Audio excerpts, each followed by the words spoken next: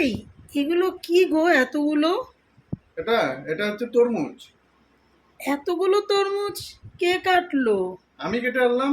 আমি তো একটু ঘুমিয়েছিলাম, এসে দেখলাম এতগুলো তরমুজ কাটা। তো হ্যাঁ, আমি তুমি? কেটেছি। তুমি খাবে তাই। তাই?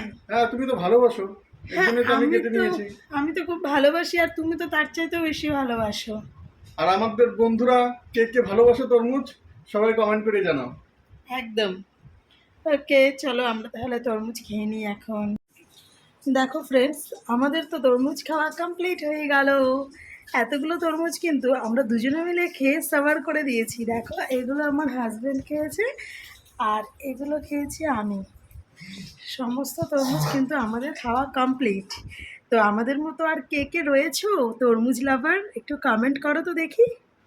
তো তরমুজগুলো খাওয়া কমপ্লিট করে এখন কিন্তু আমার হাজবেন্ড তরমুজের এই অংশটাকে নিয়ে মুখে লাগাচ্ছে। তার কারণ কি তোমরা জানো কি না জানি না, তরমুজের খাবার পরে যে অবশিষ্ট অংশটা পড়ে থাকে, সেই অংশটাকে নিয়ে তুমি যদি তোমার স্কিনে ঘষো, তোমার স্কিনের জন্য কিন্তু এটা খুব উপকার।